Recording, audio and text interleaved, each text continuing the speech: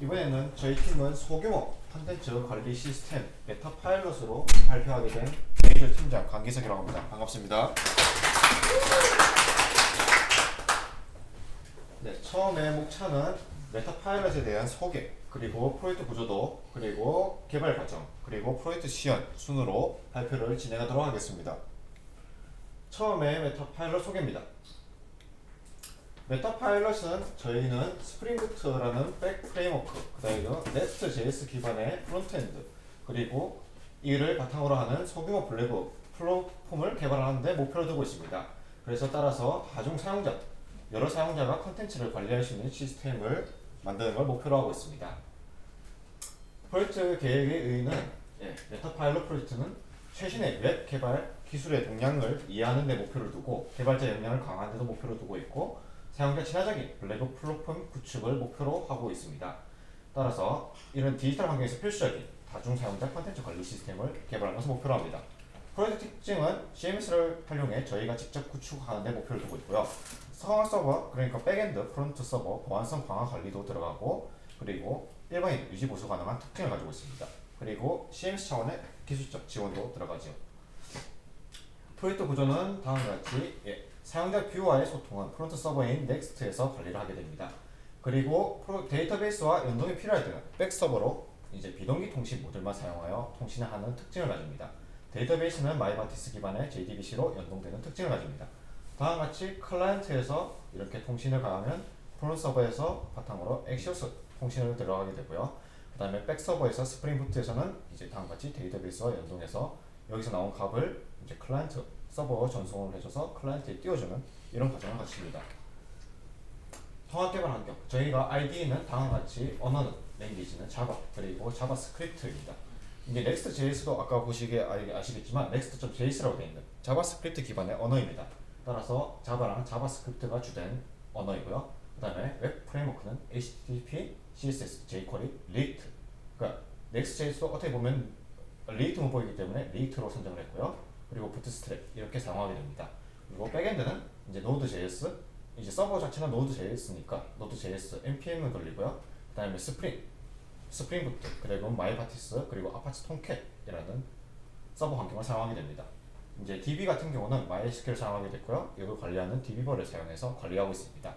툴은 이제 비주얼 스튜디오 코드, 그리고 GitHub의 Git을 통해서 VCS를 관리하게 되고요. 그 다음에 인텔리지를 사용해서 스프링 저희가 개발을 하게 되었습니다. 프로젝트는 이제 이거는 노드.js랑 이제 그러니까 노드.js는 리액트랑 그 다음에 넥스트.js에서 저희가 넥스트.js를 사용하게 된 이제 계기를 말씀드리는 겁니다. 처음에 리액트 같은 경우는 클라이언트 사이드 렌더링이라고 해서 이제 웹 홈페이지를 받으면 클라이언트가 웹을 그리는 특징을 가지고 있습니다. 따라서 클라이언트 측에서 웹페이지 렌더링이 들어가게 되고요. 이제 리액트는 이걸 기반으로 이제 웹 브라우저에서 자바스크립트를 사용해서 동적으로 사용자가 웹을 생성하는 특징을 가집니다.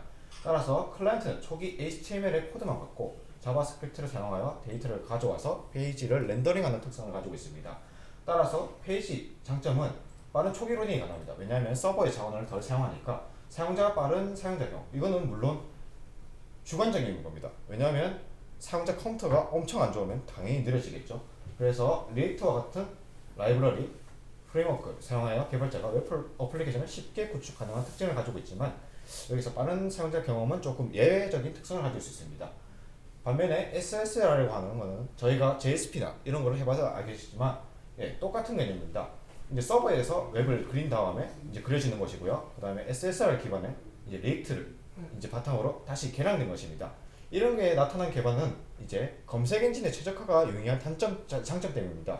저희가 클라이언트에서 그려주는 특성 때문에 이제 웹페이지에서 이제 수집을 했을 때 이제 클라이언트 사이드에서 만든 이런 웹페이지가 되면 빈 페이지로 나옵니다. 따라서 로봇이 이제 검색을 했을 때 빈 페이지로 측정을 해서 이거는 약간 조금 스팸 사이트구나 약간 이런 식으로 판단하는 문제가 있어서 다음과 같이 Next.js라는 개념이 나오게 되었습니다.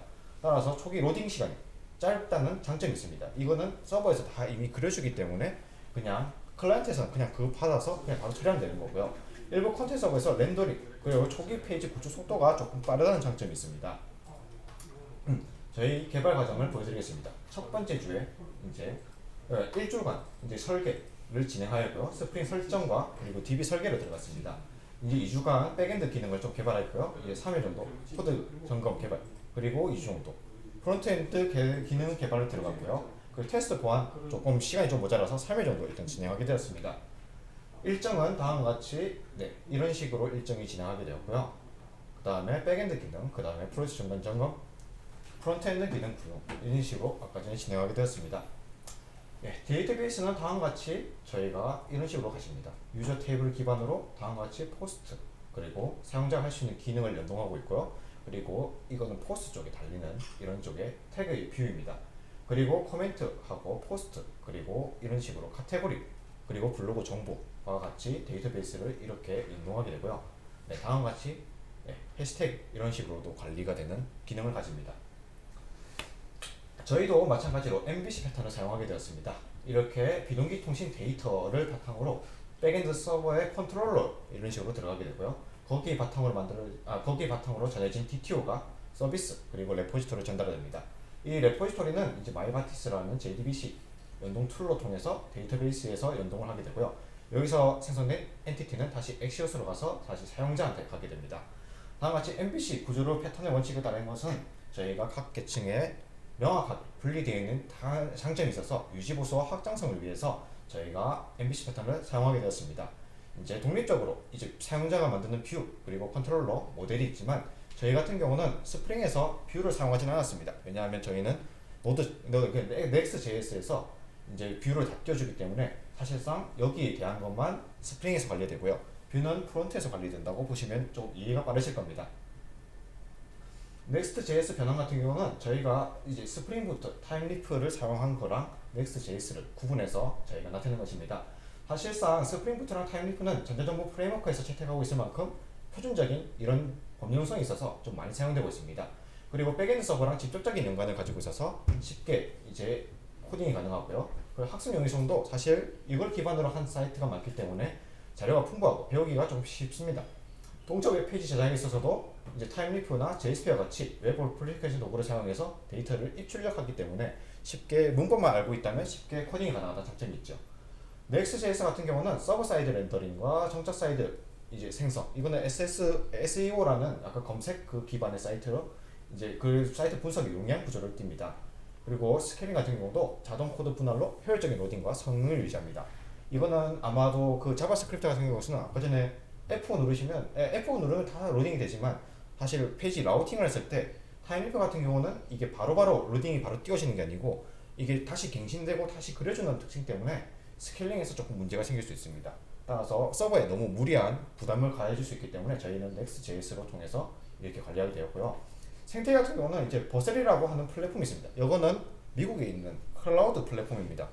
Next.js를 공식적으로 지원해주는 이 클라우드 플랫폼에 대해서 별도의 서버 없이도 바로 프론트로 띄워서 즉시 배포가 가능한 장점이 있습니다.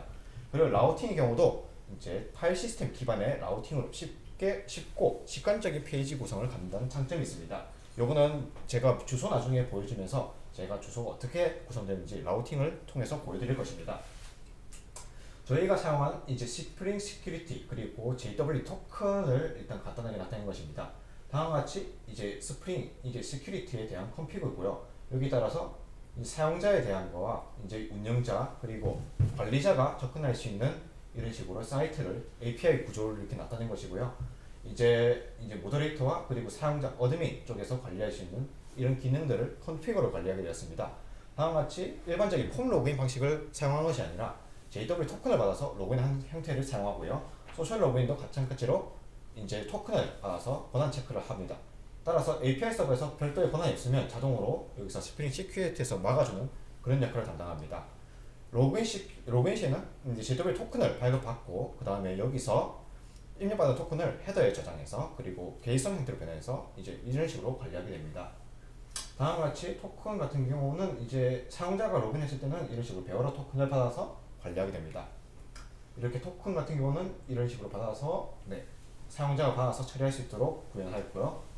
이렇게 보면 전달돼서 제대로 넘어오는 걸 볼 수 있습니다. 토큰 같은 경우는 이제 ID, 이거는 소셜 로그인 아이디로 로그인했기 때문에 이렇게 나오는 것이고요. 패스워드 같은 경우는 이제 일반적으로 보면 안 되니까 이런 식으로 패스워드 같은 경우는 가려서 저희가 마스킹 처리를 했습니다. 다음과 같이 사용자의 이제 권한 정보도 볼 수 있게 되고요. 프로젝트는 역할 분담은 다음과 같이 저희가 이렇게 진행하겠습니다. 뭐 대충 봐도 뭐 대충 내용은 아닌데 저는 프로젝트 총괄을 맡았고요. 영순이 같은 경우는 이제 로그인 쪽 기능을 좀 주로 처리했습니다. 하성이 같은 경우는 이제 카테고리 기능을 개발하게 되었고요. 그리고 성환이 같은 경우는 게시글 위주로 개발하게 되었습니다. 승희 같은 경우는 댓글 위주고요. 수인이는 관리자 위주입니다. 이제 API 명세서도 저희가 이렇게 작성해서 어떤 기능을 하고 있는지 저희가 API 명세서를 따로 작성해서 유지 보수를 위해 조금 쉽게 관리하도록 이런 식으로 API 명세서를 작성했습니다. 자, 결과 화면입니다. 로그인 페이지는 다음과 같이 로그인 페이지, 저희가 일반적인 로그인과 그리고 회원가입 그리고 소셜 로그인도 지원하고 있고요. 소셜 로그인 같은 경우는 회원가입도 바로 진행되는 특성을 가집니다. 다음과 같이 메인 홈 화면은 저희가 이렇게 볼 수 있는 사이드바와 그리고 인기 글을 이렇게 한목에 볼 수 있는 컨텐츠, 그 다음에 공지, 이것은 운영자가 띄우는 이런 공지입니다. 그리고 여기서 카테고리를 선택했을 때 어떤 카테고리에 목록이 뜨는지, 그리고 잘려서 안 보이겠지만 여기서 어떤 카테고리에 대한 내용인지 이런 식으로 리스트를 띄워주는 목록도 나오게 됩니다. 이제 게시물 페이지 같은 경우는 이렇게 게시물을 아까 전에 보시면 이렇게 이 게시글을 클릭했을 때 이런 식으로 게시글을 이런 식으로 들어가게 되고요. 이제 어떤 카테고리에 접속되는지 따라서 이렇게 게시글의 카테고리 목록을 이렇게 바로 해서 바로 들어갈 수도 있고, 이제 사용자가 작성한 운영자가 작성한 게시글의 내용을 볼 수 있다는 장점 이렇게 볼 수 있습니다. 게시글 작성 같은 경우는 운영자만이 이렇게 작성할 수 있기도 되어 있고요. 이렇게 위집 에디터를 통해서 사용자가 컨텐츠를 배포할 수 있도록 되어 있습니다. 위에 같은 경우는 임시 저장 그리고 발행 버튼을 통해서 컨텐츠를 배포할 수 있습니다.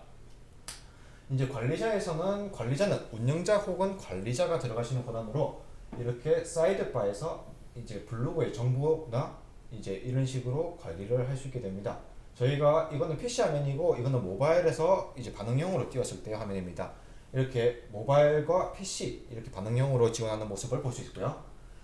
이렇게 보면 카테고리도 관리할 수 있습니다. 아까 전에 카테고리를 보셔서 아시겠지만 이런 식으로 카테고리를 관리할 수 있게 됩니다. 카테고리 같은 경우는 이제 카테고리 이름뿐만 아니라 글 개수 그리고 공개, 이거는 사용자한테 공개하는 여부를 나타내는 거고, 글보기는 이제 이미지를 많이 사용하는 경우는 앨범형, 그리고 그냥 글이 많은 경우는 블로그형, 이런 식으로 나눠서 설정할 수 있습니다. 목록 보기 마찬가지고, 이제 목록은 이게 띄워지고 폴더 접었다가 펼칠 수 있는 이런 기능도 포함되어 있고요. 카테고리를 원하는 위치로 정렬할 수 있는 기능도 포함되어 있습니다. 카테고리도 접었다 펼쳤다 할 수 있는데, 문제는 이거는 이제 부모만 가능합니다. 이제 자식은 이제 1단까지만 지원하기 때문에 자식은 안 되고요. 프로젝트 시연입니다. 저희가 프로젝트 시연에 앞서서 제가 조금만 준비하고 바로 보여드리겠습니다.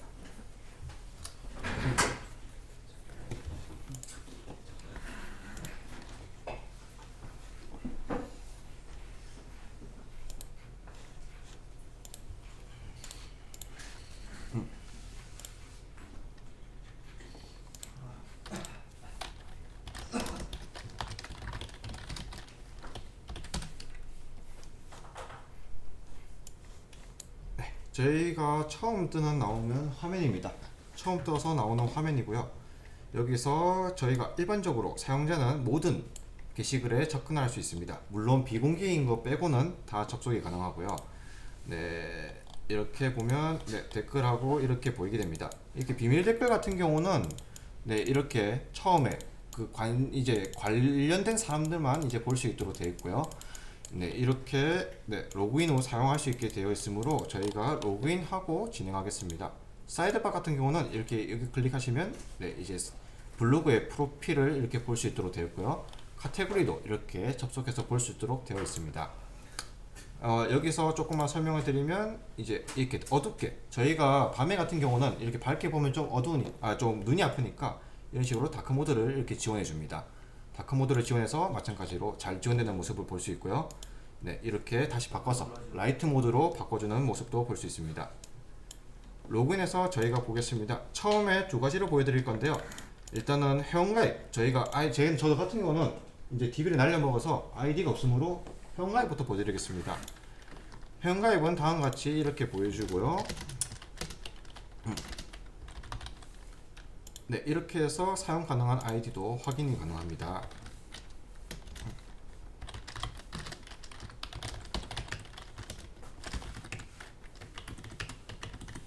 이렇게 해서 들어가게 되면 회원가입이 되고요. 제가 마찬가지로 여기서 들어가서 네, 이렇게 들어가면 네, 아까 전에 사용한 별명과 이렇게 볼 수 있게 됩니다. 저 같은 경우는 여기 권한이 없기 때문에 제가 나중에 여기서 제 권한을 넣어서 이제 관리하는 모습도 한번 보여드릴 겁니다. 이제 소셜 로그인도 한번 보여드리겠습니다. 소셜 로그인 같은 경우는 이렇게 네이버로 접속해서 볼 수 있게 되고요.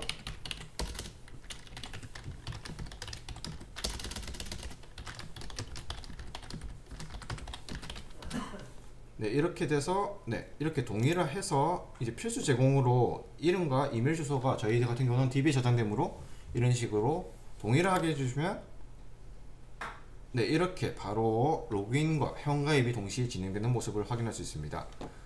이제 여기서 관리자 권한이 처음에는 처음에 DB가 처음 생성될 때 관리자는 항상 생성되어 있습니다. 이제 어드민으로 들어가서 이렇게 보게 되시면 네, 이렇게 원래 없었던 이제 글쓰기와 관리 기능이 이렇게 나타나는 모습을 볼 수 있고요. 관리 버튼을 누르면 네, 이렇게 블로그 정보를 관리할 수 있는 이런 창이 뜨게 됩니다.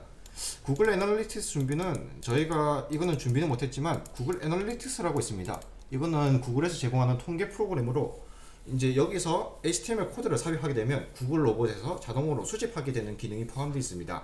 다음과 같이 기능을 지원할 수 있도록 미리 만들어 놨고요. 네, 사용자 차단, 네, 이런 식으로 차단할 사용자의 아이디를 입력하면 차단할 수 있는 기능이 포함되어 있습니다. 그리고 권한 같이 이렇게 권한이 포함됐고요. 이제 관리자가 이렇게 되어 있는데 관리자를 이렇게 내릴 수도 있고 올릴 수도 있습니다. 저 같은 경우는 아까 전에 로그인한 이걸로 한번 올려보겠습니다. 이렇게 관리자가 설정이 되고요. 이 같은 경우는 네, 카테고리 같은 경우도 이렇게 카테고리를 관리해 볼 수 있게 됩니다.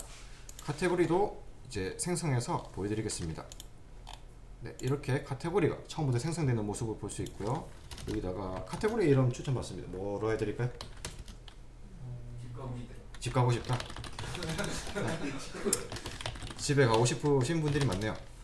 일단은 이렇게 하고 저희가 네, 적용을 누르면 이렇게 반영이 되죠. 그리고 카테고리 여기서 바로 하면 저희가 자식으로 이렇게 바로 생성이 될 겁니다.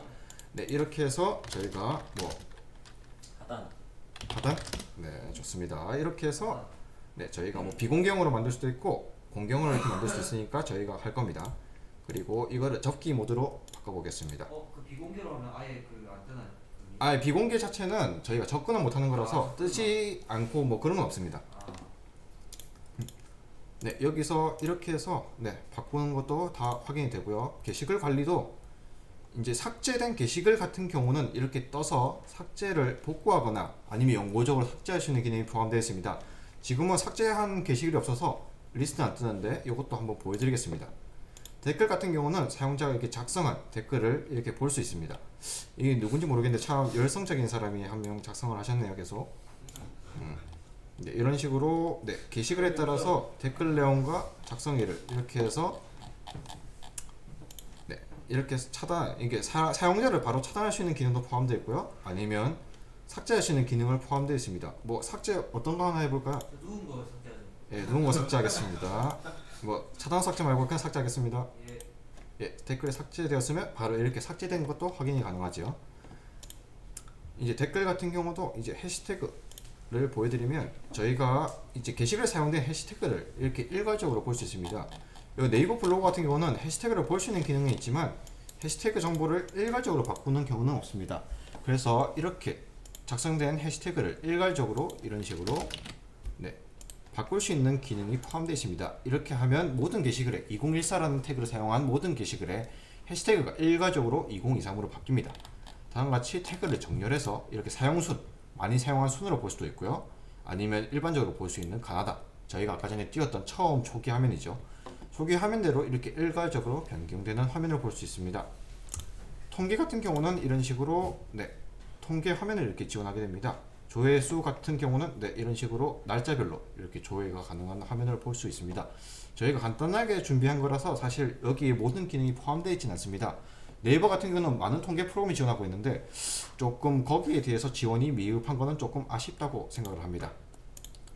다시 돌아가서 네, 관리자에서 나와서 로그아웃하겠습니다. 아까 전에 제가 운영자 권한을 다시 올라왔기 때문에 아이디로 로그인을 해서 네, 이렇게 보면 네, 저희가 아까 전에 없었죠. 이 내용이 다시 운영자의 권한을 받았기 때문에 이제 글쓰기 권한을 할 수 있습니다. 마찬가지로 저도 관리자 역할을 할 수 있기 때문에 관리 권한을 들어가서 이렇게 볼 수 있게 되고요.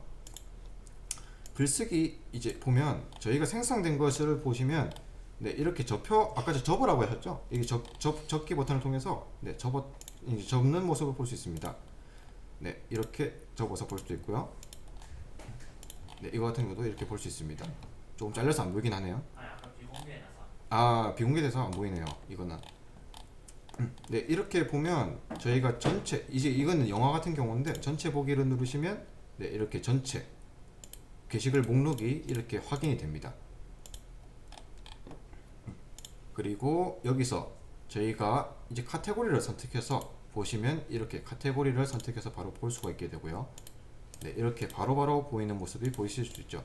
이게 SSR 아까 전에 말한 그런 특성입니다.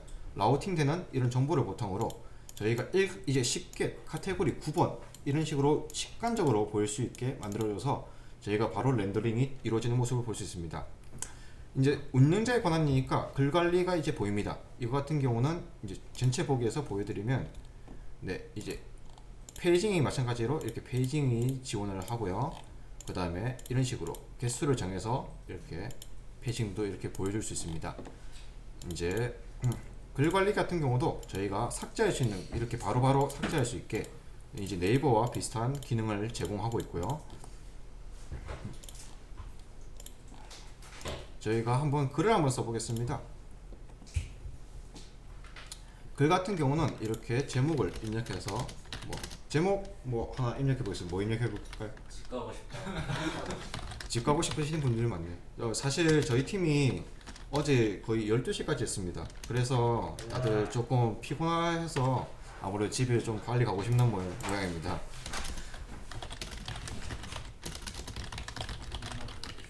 네, 이렇게 해서 네, 발행을 눌러서 저희가 카테고리를 이렇게 하는데 이건 자유 게시글이겠죠? 네, 이렇게 해서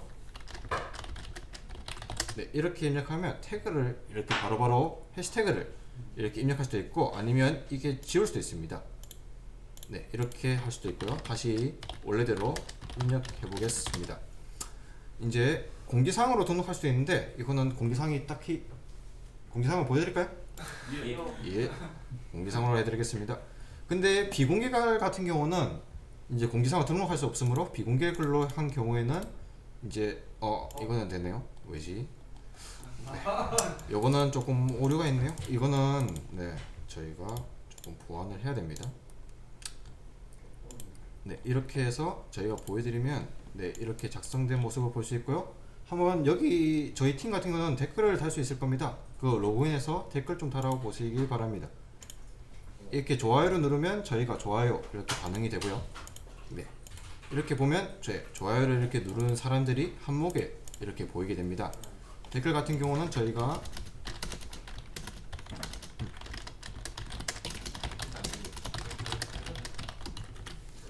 네, 이렇게 댓글을 달게 되면 네, 이렇게 바로바로 실시간으로 이렇게 바뀌는 모습을 볼 수 있고요. 여기다가 사용자가 답글을 달거나 아니면 여기서 이제 댓글을 달 수가 있게 됩니다. 다음같이 공유하기 버튼을 눌러서 이제 여기서 이 포스트 59라는 게 있는데요.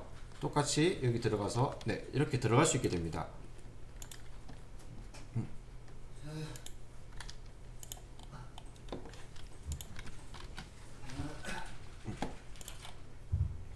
아무도 댓글을 안 달아주시네 팀원들. 빨리 주세요. 좋아요는 눌렀는데 댓글은 바로 바뀌네요. 보이시죠? 이게 바로 보면 댓글을 다는 대로 댓글을 이렇게 바로바로 바꿀 수 있습니다. 이게 실시간으로 보여요. 네, 이게 저희가 이게 이제 리액트의 장점입니다. 이런 식으로 저희가 달면 달수록 바로바로 이렇게 보이는 장점이 띄어요. 이제 SNS에서 사실 많이 쓰이는 방식인데 이제 B팀 같은 경우도 이런 기술을 사용하면 이제 SNS 같은 프로젝트를 쉽게 할 수 있게 될 겁니다. 네, 이런 식으로 네, 달 수 있고요. 저희 같은 경우는 이제 비밀 댓글로 다른 경우는 이런 식으로 잠옷의 버튼이 뜨게 됩니다. 인녀가 시끄럽다고 하네요. 네, 저희가 같은 경우는 이런 식으로 호응을 할 수도 있습니다. 그리고 비밀 댓글 같은 경우는 이렇게 댓글을 달 수 있습니다. 네, 이런 식으로 저희가 작성한 레퍼런스로 이렇게 들어갈 수도 있고요. 이제 작성된 이제 댓글로 바로 갈 수 있도록 레퍼런스도 이렇게 포함되어 있습니다. 네, 이런 식으로 네, 제가 이쪽으로 비밀 댓글을 이렇게 달 수도 있고요. 이게 바로바로 보입니다. 그리고 이거는 로그인이 되었기 때문에 이렇게 보이는데, 로그인이 되어 있지 않은 사용자 같은 경우는 네, 이런 식으로 비밀 댓글입니다 라고 표시가 됩니다.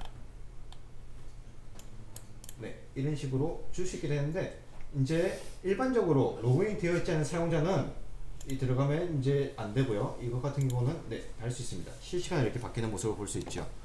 네, 마찬가지로 다크 모드로 이렇게 진행해서 네, 잘 되는 모습을 볼 수 있습니다.